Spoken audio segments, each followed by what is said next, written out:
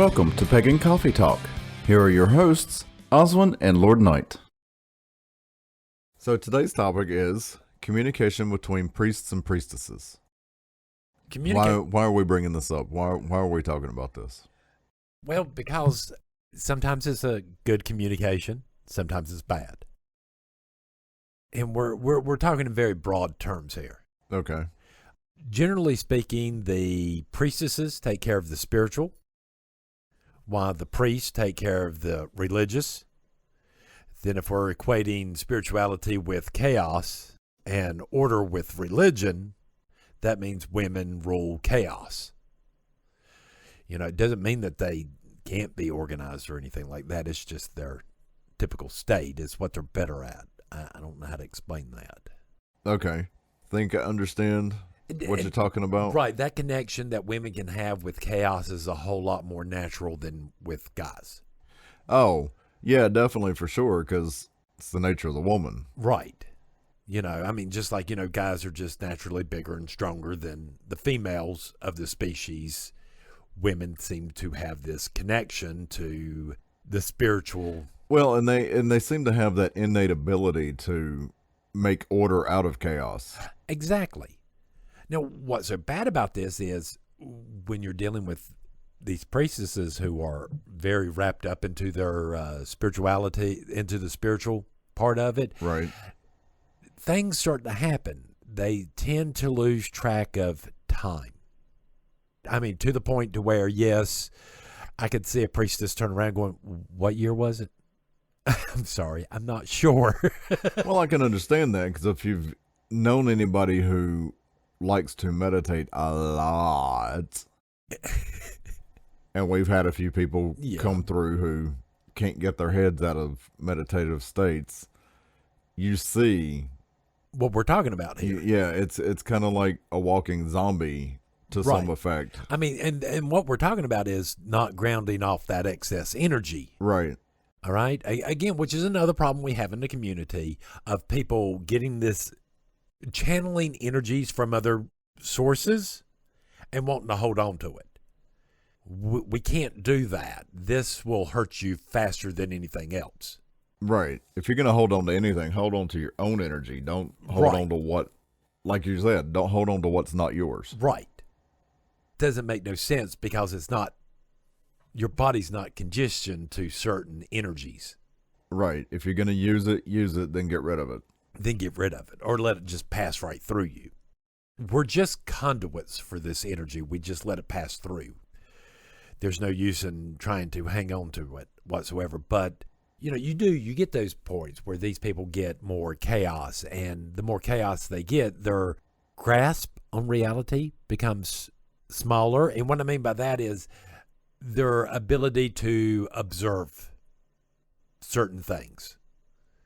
The majority of times when most of us get initiated the first degree and we go through that process, it's kind of like your senses are hyped up for a while, and it seems to stay that way for the rest of your life, unfortunately.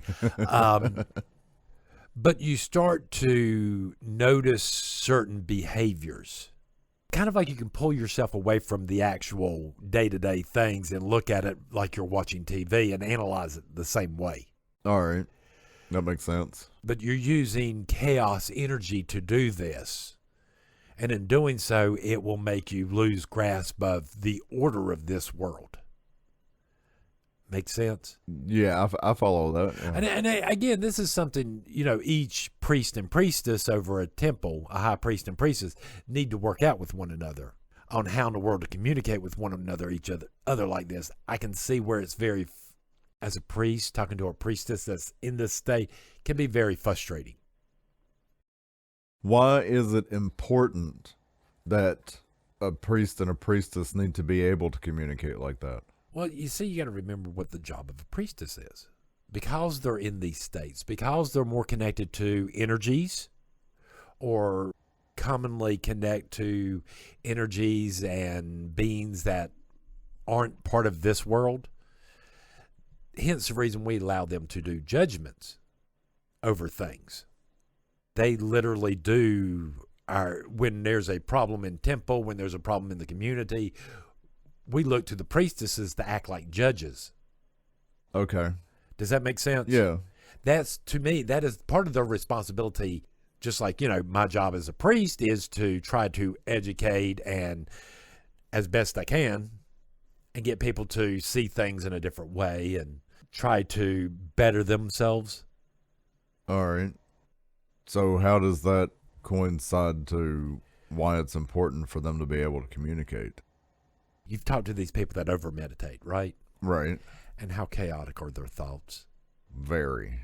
All right. So it's worse than somebody, with ADHD and no medication. Right. I mean, and the same thing, you've seen it with priestesses who do this, who go on up and they keep on getting more and more chaos. It takes a priest to sit there and go, oh, no, you have this to do. No, you have this to do. We have this to rule upon.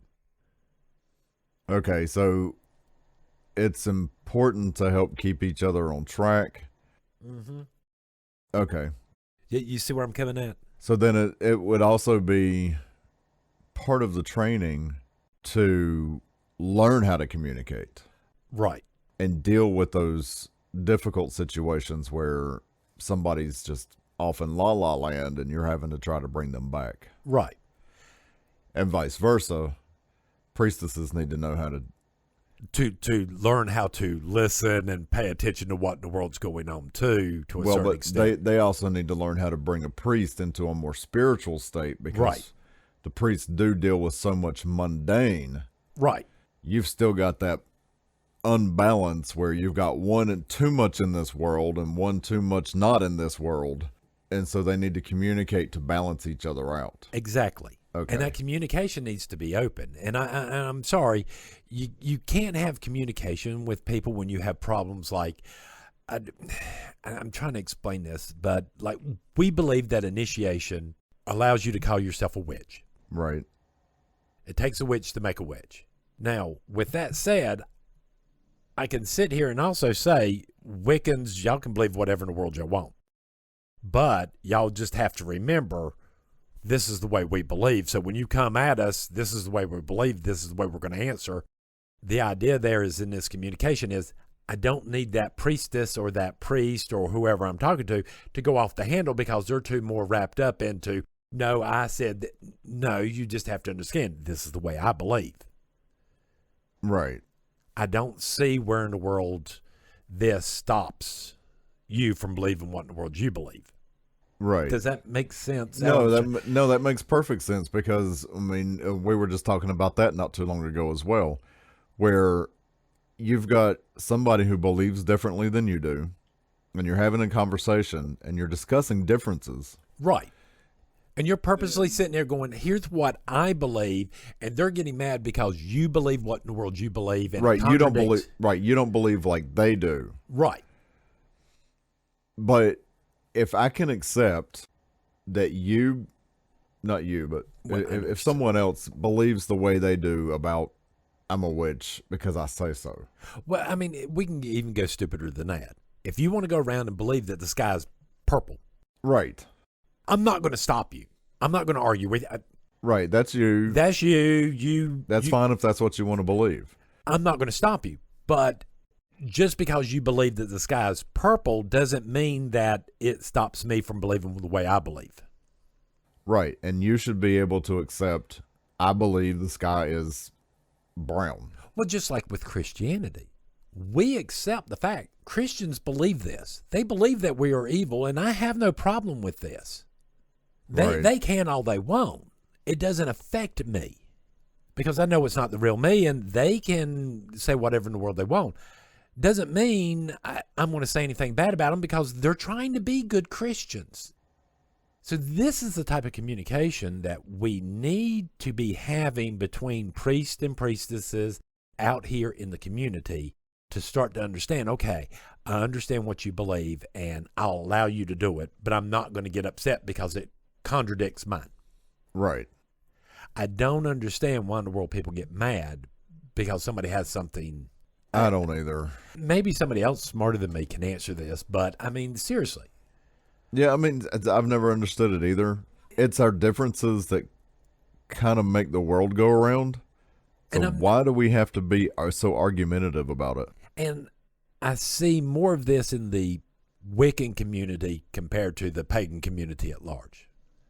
Well, and I also see it more, and this could be just me being an old fuddy-duddy, but I see it more in a lot of the younger generations coming up now, to where I won't say it's a lack of respect for elders or for those who are older than them or have been in this longer than they have, but it just seems like because we don't believe like they do, then that's a problem. Then that's a problem.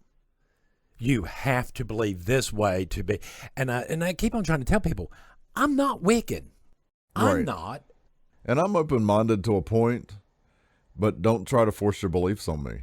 I'm not trying to force mine on you. And I hate to be this way. This is the same thing that I see people complaining about the Christians doing, and they're doing it themselves. I'm sorry. I see a lot of hypocrisy in the community at large between priests and priestesses over these issues in and of themselves. You got priestesses, and you've heard them just as good as I can. They will sit there and do a tirade for 15 minutes talking about how bad fucking Christians are, but get all upset as soon as somebody makes a bad joke about their religion. Oh, yeah. So it's all right for you to beat up everybody else, but as soon as somebody beats you up, it's not a good thing. Maybe you should have thought of that before you picked up that first stick and went to town. Right. Well, I mean, it's like Jesus told people, he who is without sin cast the first stone. I hate to be that way. I mean, I know we don't believe in sin, but the thought is still there. No, if you're going to do that, then you need to expect other people are going to do that to you. Yeah. I mean, what do you think? This is not an eye for an eye. No. Which, hey, the whole eye and eye, hey, that was us pagans. Everybody wound up either toothless or blind. I want y'all to think about that for a minute. I'm not sitting here saying that we're, hitting on all 10 cylinders or something. No, of course not. Of course not. But that communication is important, and we need to work on that. Not just you and me, but everybody. We all need to work on it. Everybody. I try my best to listen to people and stuff like that, and these YouTube videos and stuff like that. Yeah, there's some I will listen to like for the first minute or so and just downvote and keep on going. Right. I came here to learn something, not to listen to you about your cat and all this other stuff and won't subscribe and all that. I don't care. Right. If you want a thumbs up my video, go. If you want a thumbs down it, go. I don't care. Just do something. Right. So I don't understand this lack of communication that we have here sometimes. Maybe we should go back to more of the even older days where high priests and priestesses were typically in relationship with one another. I mean, that's some old school stuff. Yeah, and I know in a lot of covens, or at least the covens that I know of, in most of them, the high priest and the high priestess are a couple. I've seen some where they're not. I mean, I've worked with a high priestess. It's not my... Oh, absolutely. So, well, I mean, but I'm just saying, I know some traditional covens, and that is the case. Which makes me wonder, is this the problem of communication between some priests and priestesses because they're not in a relationship? Or could it be that they are in a relationship and that's the problem? Thank you. Because the opposite can be just as true as the... Absolutely. I mean, you and I both know sometimes when you're in a relationship for a long time, communication just can become non-existent. When we're not even talking about the whole entire, I had that conversation in my head before you got home, and I already know how you... Well, there's that too. That's a whole different type of issue. Again, maybe only our tradition that does that, but okay. Maybe. I don't know. I can't speak to that. But I know it's happened to us. And I know a lot of other people are probably sitting there going, okay, y'all were supposed to be talking about the communication between priests and priestesses. Mm-hmm. But the fact is, any first degree is already a priestess and a first degree priest. So we're still talking about the communication in both priest and priestess and in the community at large because this is the playground we're in. Exactly. Everybody's a priest and priestess. Exactly. Before anybody gets confused. If you're not already. But I see where these problems are. And it's almost to the point to where, you know, sometimes I wish I could gag these people so I can get out everything I need to, then gag myself and ungag them and go, okay, understand, I'm not going to interrupt you because you're saying this. Right. But I want you to hear what in the world I have to say too. You can't sit there and go, no, listen to me. No, listen to me. Without stopping and going and listening to the other person. Right. Does that make sense? Yeah, it would be more like a an actual conversation instead of yes. No, I'm thinking more akin to the days of, and I think it's more of a Native American tradition where they have the talking stick. Yeah. It's something like that where it's whoever's talking has the floor, right? Let them get out what they're going to say, and then it's your turn. Then it's your turn. Don't try to talk over each other, which, you know, we do that all the time, but I mean, at least listen. Right. Learn to listen. Learn to listen. Learn to listen to the actual words that are being said instead of going, oh, yeah, I understand that concept. I quit listening 5 seconds ago. Right. Which most people do. I know in a lot of jobs that I've taken in the past, corporate jobs, we'll say, where you go in and you do your orientation. Some of that orientation actually includes something about learning to listen. Well, yeah. And there's also somewhere in there where you're start learning jargon. Yes. You know, little words that they say, and it's only ever said in that department or in that company, and outside everybody would just look at you like you were lost. Right. And then you have to know when to use that jargon and when not to. Right. It's all part of that communication. And if nobody knows what in the world we're talking about, just ask any military person, as far as I know, about hoo-ha. Especially in the Army, I think, if I'm doing that wrong. So if I got military people and y'all mad at me, don't. Because, again, if you don't understand these things in the military that they say, like the hoo-ha or I forgot what the other ones were. If you don't understand what in the world they mean, I've worked on a military base, and they said, ask someone. Right.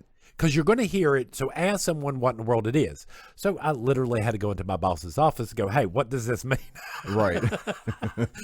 But outside of that, you'd be kind of like, okay. Yep.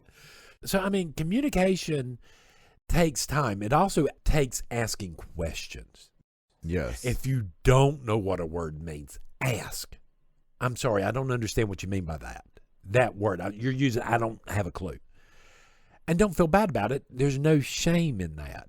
I don't understand where people seem to think that there's this shame if they look at somebody going, I have no idea.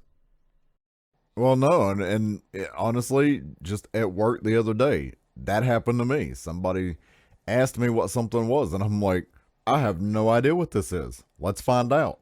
So I'd either Google it, or I'd ask somebody who'd been there longer, and then they would tell me, or I'd find out from Google, and I'd be like, oh, that's what this is. Huh, who knew? The things you learn. I know, right? But don't always trust Google. Just saying. Don't always trust Google. No. Matter of fact, if you're looking up definitions, go out and go out to a used bookstore and find the oldest dictionary you can. And I believe can't is a word now. I believe so.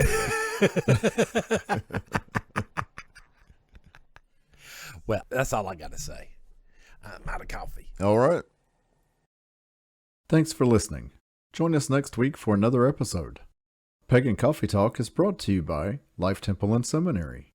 Please visit us at lifetempleseminary.org for more information, as well as links to our social media: Facebook, Discord, Twitter, YouTube, and Reddit. We travel down this trodden path, a maze of stone and mire. Just hold my hand as we pass by a sea of blazing pyres.